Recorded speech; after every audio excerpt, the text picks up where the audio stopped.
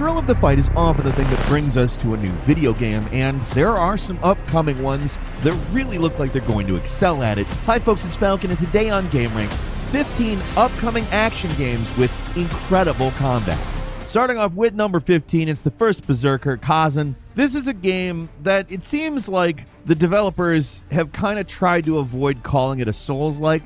They called it a hardcore action role-playing game, hack and slash, and a few other keywords, but it's very Souls-oriented. I don't think that they would deny that. In the game, you play as Kazan, a general of the Pelos Empire, a man that nearly died and comes back to seek vengeance. Supposedly, combat is the center stage of the game. It's a Souls-like, so that's kind of obvious. But this is one of those games where it really does look weighty. I don't know if it's the manga-inspired visuals that kind of emphasize that it's not moving super fast, because usually when you see that art style, you see a game that's lightning fast, very arcadey with combat, and that is just not the case. I mean, we've seen anime Souls-likes before, but this, I think, takes everything a step further. It looks put together a little better, and all of the footage that I've seen of boss fights and enemy encounters really harkens back to like older games with much weightier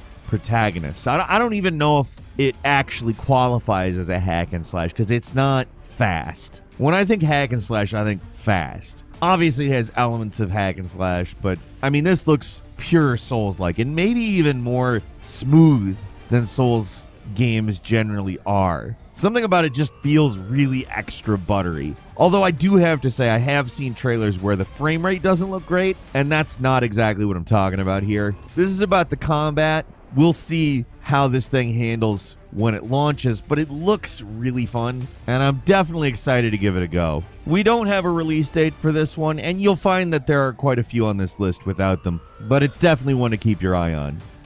At number 14 is Killing Floor 3, obviously a follow-up to the other two Killing Floor games. I don't expect a lot out of this one in terms of story. Both of the previous games were pretty thin on that, but damn if these games don't have good combat in them. This is a series of what they call horror action games. I think it's appropriate. Obviously, Killing Floor games take a lot from boomer shooters, but they definitely handle themselves very well. Something I like about what they're doing with Killing Floor 3 is apparently they're moving a little bit back towards the types of guns you saw in the first one more than the second. The team says they're aiming to make guns that could exist in like 7 or 8 years from now, quote unquote grounded in reality. I don't know if I want to not take that with a grain of salt. I think the salt is at least a grain of it is good. But they're saying they're not sci-fi guns. And you got some kind of more absurd weaponry in Killing Floor 2, like the Reducto Ray,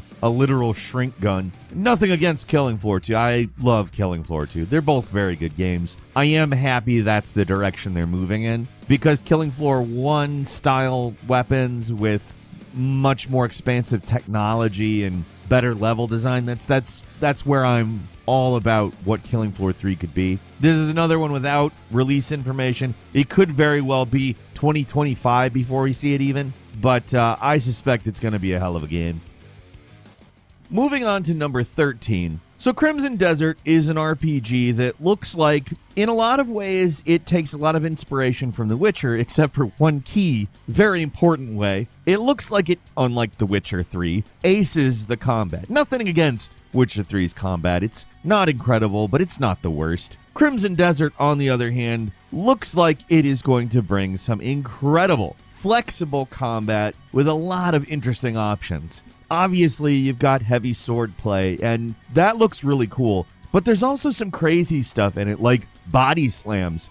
Multiple of this game's trailers have showed off body slamming, which is not something you just like expect from an action RPG, especially a big open world action RPG. Crimson Desert comes from Pearl Abyss, and its development cycle has taken it in a lot of different directions. It was an offshoot of Black Desert Online, but it turned into a single-player game in the same universe, and in all honesty, I'm really happy with everything I've seen of this game. It just looks cool as hell, and I can't wait to take on some of the crazy-looking enemies in this thing. I just hope that the combat lives up to what we've seen in these trailers, because if it does, this is going to be one of those games where you just feel it, you know?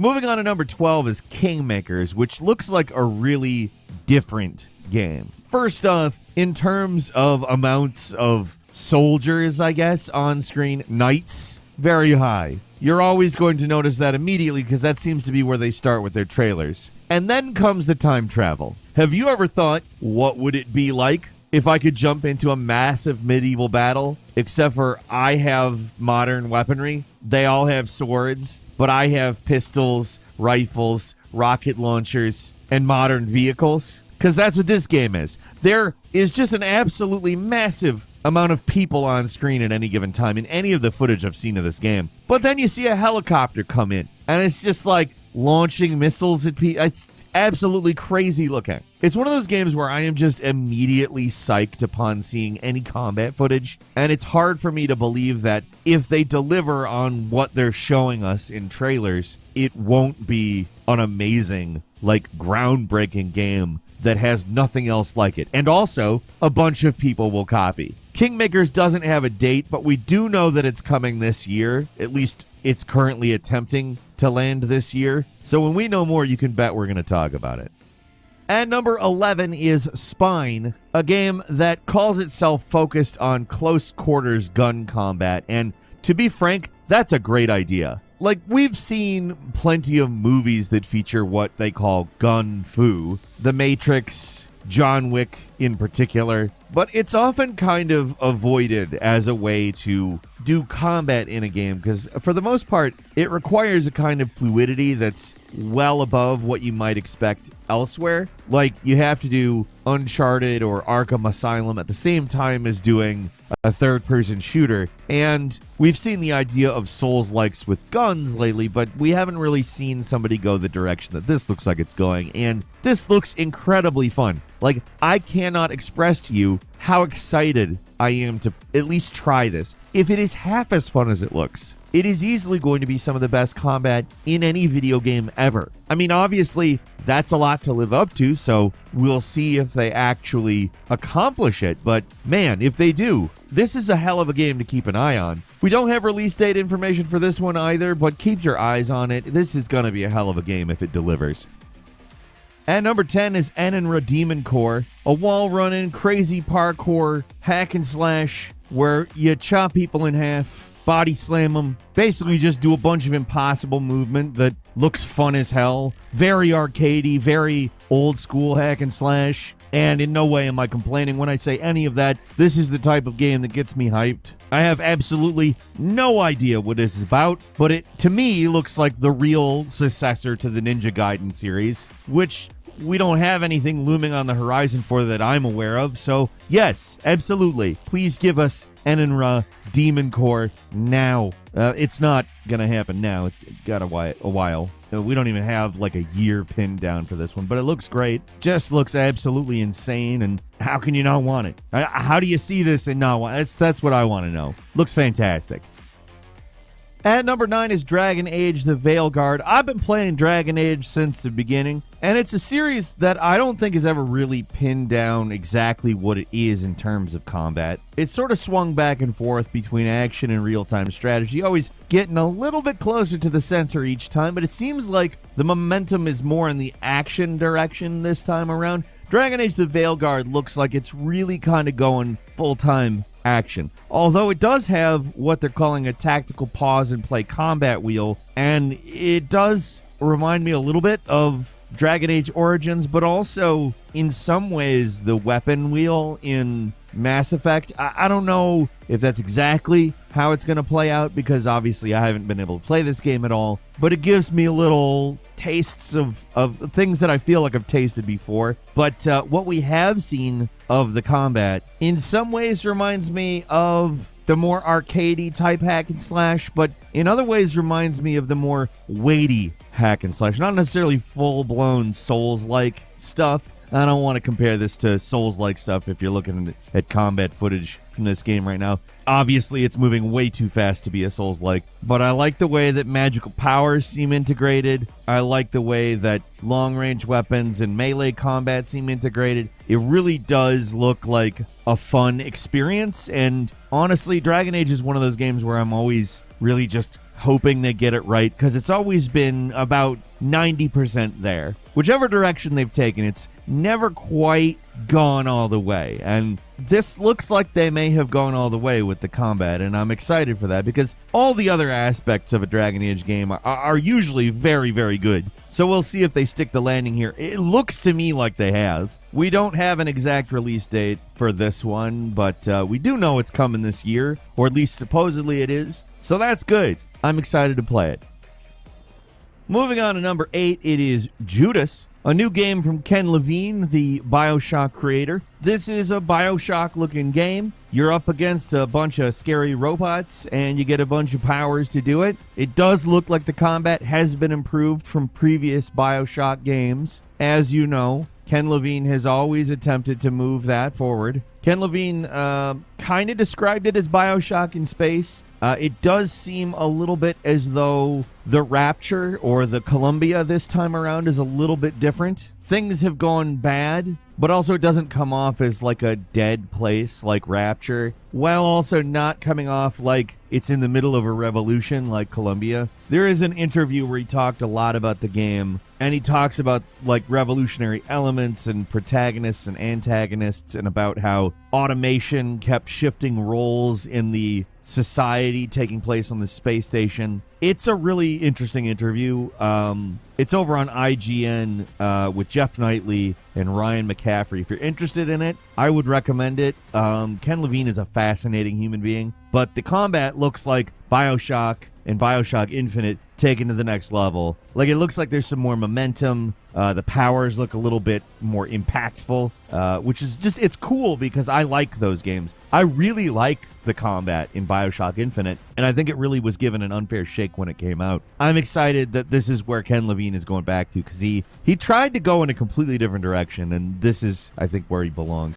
We do not have information in terms of release, but Take-Two has said they expect the game out by March 2025 at the latest. I would guess, knowing Ken Levine, that's not when it's going to come out, but yeah, it's going to be exciting. And number 7 is Doom Dark Ages, and I'm not sure if I need to tell you what kind of combat to expect from Doom Dark Ages. It's a follow-up to Doom 2016 and Doom Eternal, so that's what to expect. However, it's set in medieval times. Like, it's a real big curveball, and the weapons reflect it. Like, there's some really insane-looking weapons in the trailers for this game. And obviously, you have that fast, kind of combo-laden, arcade-y style boomer shooter, but more style of the new Doom games. I don't really think there's a lot to say about this other than look at it. It's gonna be great. Like, how can you think this is gonna be anything but great? They would have to do some colossal screw-up in order for this not to work. So, I mean, what else is there to say about it? Like, this is gonna rule. We got a little bit of a wait, though, because it's coming in 2025. So keep your eyes peeled for more info on Doom the Dark Ages.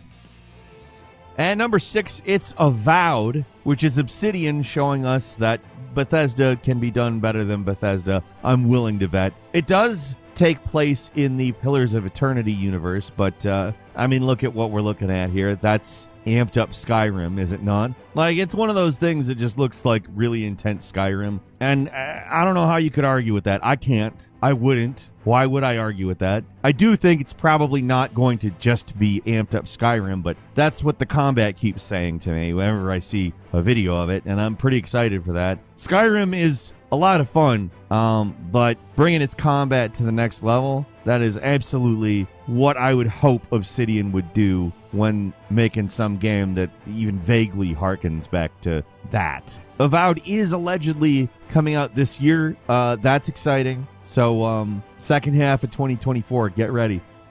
And number 5 is Phantom Blade Zero, which a lot of people thought was going to be a Souls-like, and then it just turned out to be a really fast-paced and badass-looking frickin' action RPG. Again, I don't know if I want to put it really close to Devil May Cry speed, but it's definitely in the faster-paced area. And it does incorporate a little bit of Souls-like stuff from the look of some of it. It does kind of have that back and forth that makes you think of a Souls-like, but it's definitely not a Souls-like. we're getting into an area where action RPGs are all pulling from each other in an interesting way. The fast ones are incorporating stuff from Souls-likes. The Souls-likes are sometimes a little bit more fast than you would expect them to be. So in a lot of ways, the line is getting blurrier, but Phantom Blade Zero has a pretty distinct look to it, and it's much more rooted in martial arts than you usually see any side of action RPGs get into. I'm excited for it. It's just a badass looking game. Like, look at it. There's games that when you see the trailer and it shows you how the combat works, you're just like, yes. And this is one of them. Allegedly, this one's coming sometime this year, but we don't have any information on it. So until then, it's just looking at how cool it looks, which is very cool. And number 4 is John Carpenter's Toxic Commando. One of those trailers that just gets you endlessly hyped. I don't normally think of Bon Jovi as like a hype song, but for some reason, with the action that they show in this trailer, it just like slams ridiculously hard. This is a game where there's just hordes of zombies. You've got big guns. Like, do the math. It just looks like it has a ton of momentum. It looks frenetic, but not like Doom frenetic. It just looks like a big, fast co-op shooter that looks incredibly fun. It's also just got a really good color palette, and that's something you can expect from something that has John Carpenter's name on it. Obviously, the man has a very specific look that is present in a lot of his films, and I feel like people who are looking back on it like magnify it times 10, and this is that. It's a really nice looking game with some really intense looking combat. I don't feel like there's another word for it besides hyped. It's incredibly hype. This is another one. We've got the year, supposedly this year. We'll see, but look out for John Carpenter's Toxic Commando. And number 3 is the Dead Rising Deluxe Remaster, which something that should have happened a long time ago, but I'm glad they're doing it. It is not just an HD remaster where they've upped the resolution. They're calling this a complete graphical overhaul, and that's great. I will say the price tag is a little bit steep. We're talking $50 for, granted, pretty big jump from the original in terms of graphics, but also you can tell very much that it is the old game. It looks different, but it also doesn't. It moves exactly like it used to. Like, the crazy, goofy animations on the old models seem to look as weird on the new ones. But Dead Rising is a game that's just fun as hell to mow down zombies in. Honestly, having it looking much better on the eyes while very obviously playing the same, it makes me excited to get a baseball bat, run into a shopping mall, and hit a bunch of zombies, and then finding a chainsaw in the mall, which is not where I'd expect to find a chainsaw, but it's there. Hell, I can beat people up with a teddy bear if I want to. It's over the top, it's completely absurd, and it's fun as hell. We do have a release date for this one. It's September 18th, and you know where I'm going to be on that day. And number 2 is Black Myth Wukong, a game that we have been talking about for quite a long time, it seems like. But this is a stunningly beautiful looking game where you play as a Monkey King. It's an adaptation of Journey to the West, which is an old Chinese novel. A lot of people who have actually been able to go hands-on with the game have said it is a lot like a Souls-like, but not quite. Like, there's no block or shield or anything like that, so that does separate it, in my opinion at least. You can deflect projectiles with your staff, but your main defense against an attack is a dodge as opposed to a block. I like that. It does have a little bit of that Bloodborne feel to it, but also everything I've seen of it does make it look a little more fast and fluid than a Souls-like. The developers don't consider it a Souls-like, but I do feel like it does owe something to Souls. Like I said, this is a time where all of the action RPGs are borrowing from each other, and I actually think that's a good thing, so I don't mind that these lines are getting kind of blurry. Black Myth Wukong is just a really impressive looking game. I really look forward to when I finally get my hands on it, because it's one of those games where I just have this feeling that playing it is going to be a pleasant surprise, even though I have pretty high expectations for it.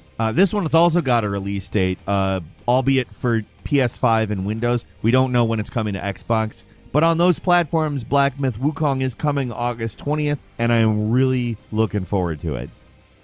And finally, at number 1, it's Warhammer 40k Space Marine 2, a third-person hack-and-slash shooter that is obviously taking on the mantle of the original game, which is kind of crazy that there hasn't been a sequel to this game. Like, the original game came out back in 2011. It is a fast-paced, I don't want to say Gears of War-like, because I don't think that it's appropriate to just say this is like Gears of War. It's similar in a lot of ways, but also pretty different in others. Gears of War tries to cultivate kind of a you versus impossible odds thing, where Warhammer 40K tries to cultivate a you are an unstoppable 7-foot badass thing. And it does it. It does it very well. And I don't know, I just have a hell of a fun time with the original. I'm excited for more. Obviously, it's going to look a million times better than a game that came out in 2011. I also look forward to whatever the multiplayer is going to be, because the multiplayer on the original was quite a bit of fun. I don't know, it's a quintessential 2011 game, and it doesn't look like they're going to be making it something different, which I'm very happy about. It looks like they're attempting to continue that, and that means it's going to be a game with great combat, period. This is also a game we have a release date for, which I'm quite happy about. It's coming to PS5, Xbox, and PC on September 9th. So mark your calendar. I do have one final bonus game for you, and it's Assassin's Creed Shadows, which really looks like it's trying to be the Assassin's Creed answer to Ghost of Tsushima, which is regarded as Assassin's Creed but good. Even though Assassin's Creed is good, Ghost of Tsushima is just such a monster of a game, and it feels like if you're the people who make Assassin's Creed, you have to kind of be like, oh, you know, if they're being regarded so much better than we are, we should take notes. And honestly, like, I'm not one to dogpile on Assassin's Creed. I think it's a great series. I enjoy both types of Assassin's Creed game, the more classic type and the more open world type. I do like the more classic type more, and I think that they've realized that there's some gameplay elements from that are just better, and they're kind of course correcting a little bit, but not entirely. This looks like a good game. They also responded to the outrage that it was always online, which was the right thing to do, because it shouldn't be always. No single player game should be that. I'm excited. That's landing November 15th for PS5, Xbox Series, and PC. Like, comment, and subscribe.